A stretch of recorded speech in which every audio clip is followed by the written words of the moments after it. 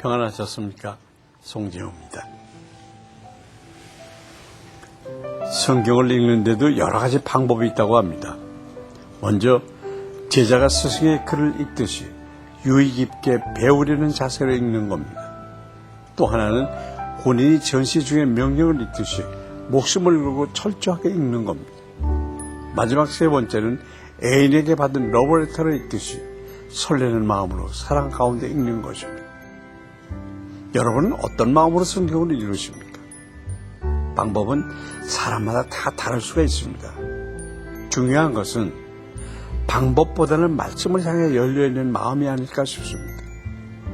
열린 마음으로 또 기대하는 마음으로 오늘의 말씀 함께 보겠습니다.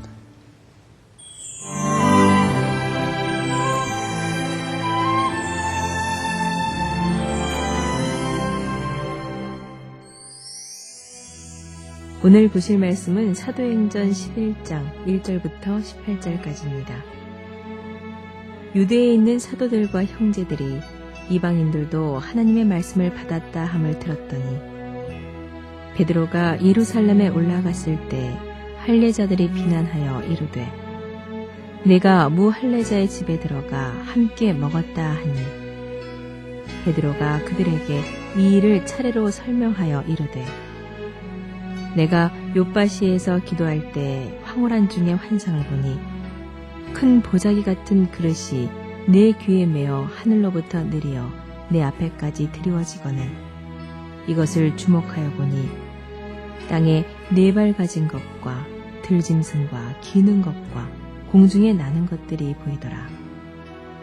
또 들으니 소리 있어 내게 이르되 베드로야 일어나 잡아먹으라 하거늘 내가 이르되 주님 그럴 수 없나이다. 속되거나 깨끗하지 아니한 것은 결코 내 입에 들어간 일이 없나이다 하니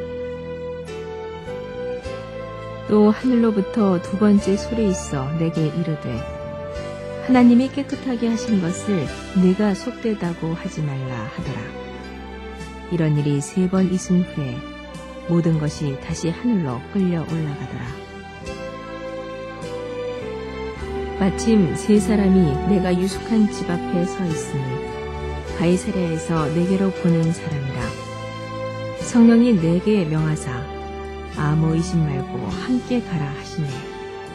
이 6 형제도 나와 함께 가서 그 사람의 집에 들어가니 그가 우리에게 말하기를 천사가 내 집에 서서 말하되 네가 사람을 일과에 보내어 베드로라 하는 시몬을 청하라.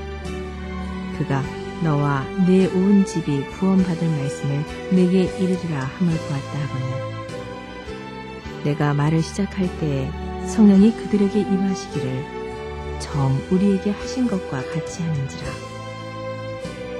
내가 주의 말씀에 요한은 물로 세례를 베풀었으나 너희는 성령으로 세례를 받으리라 하신 것이 생각나노라.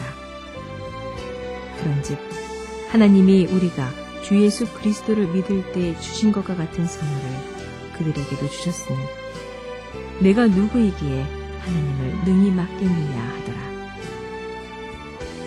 그들이 이 말을 듣고 잠잠하여 하나님께 영광을 돌려 이르되 그러면 하나님께서 이방인에게도 생명 얻는 회개를 주셨도다 하니라. 오늘 본문에서 베드로는 난감한 입장에 처하게 됩니다. 이방인에게 복음을 전하고 돌아온 베드로를 기다리고 있는 것은 격려와 축복이 아니라 바로 비난과 오해였기 때문입니다. 예루살렘의 신자들은 성령 안에서 유대인과 이방인을 하나 되게 하시려는 원대하신 하나님의 뜻을 깨닫지 못했던 것입니다. 우리는 이렇게 하나님의 일을 행한 후에 어려움이 올 수 있다는 사실을 깨달아야 합니다. 비난을 받은 베드로는 자신도 처음에 율법적인 태도에 갇혀 있었음을 기억하고 이들을 오히려 이해해 줍니다. 그리고 자신에게 일어난 일에 대해서 상세히 이야기해 주면서 오해를 풀기 위해 노력하고 있습니다. 지도자의 이와 같은 이해심과 겸손한 태도는 위기로 발전할 수 있는 교회의 문제를 오히려 성숙의 기회로 바꿔놓게 됩니다.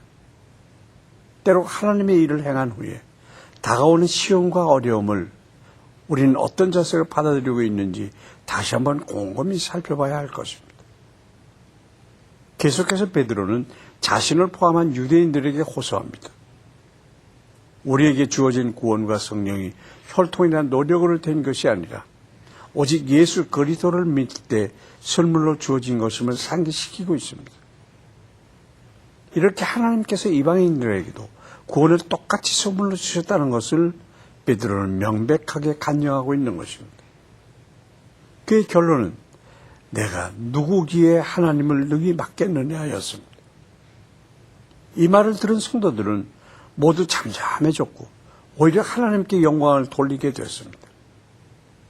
이렇게 성령 충만한 초대교회에서도 이 같은 오해와 편견의 문제가 발생했다는 사실을 우리에게 중요한 교훈을 알려줍니다. 아름다운 교회는 문제가 없는 교회가 아니라 문제가 생겼을 때 하나님의 방식으로 해결할 수 있는 교회이기 때문입니다. 우리는 교회의 문제를 어떻게 받아들이고 있습니까? 비난과 정죄가 아닌 하나님의 방식으로 해결하고 있습니까? 하나님의 성전인 교회는 어떠한 문제가 생기더라도 하나님의 방식대로 성령님의 도우심으로 해결할 수 있도록 우리는 힘써 기도해야 할 것입니다.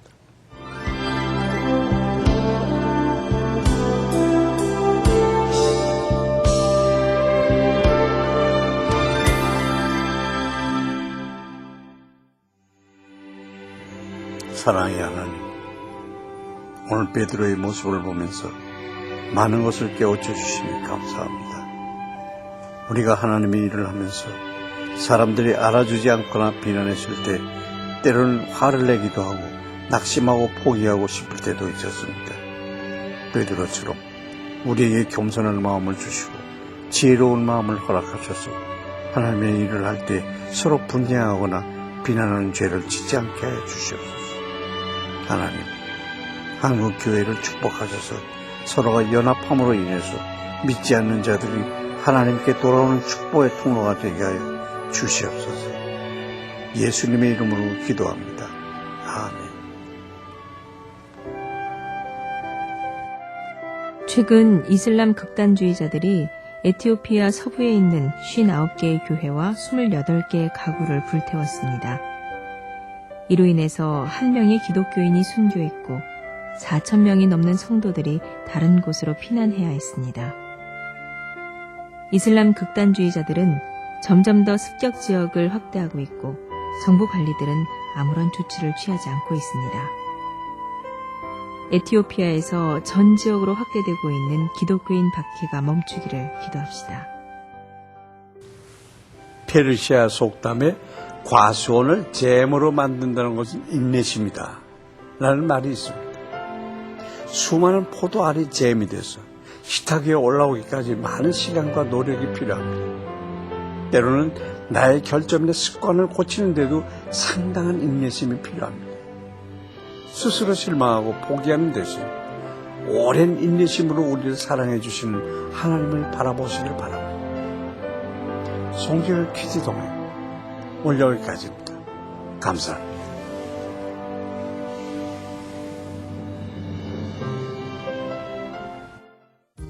이 프로그램에는 GTM에서 큐티 교재 GT를, 책으로 만나는 성지 순례 답사기 바이블 루트를, 리브가에서 마늘 참치를, 수아영에서 기초 화장품을 협찬해 주셨습니다.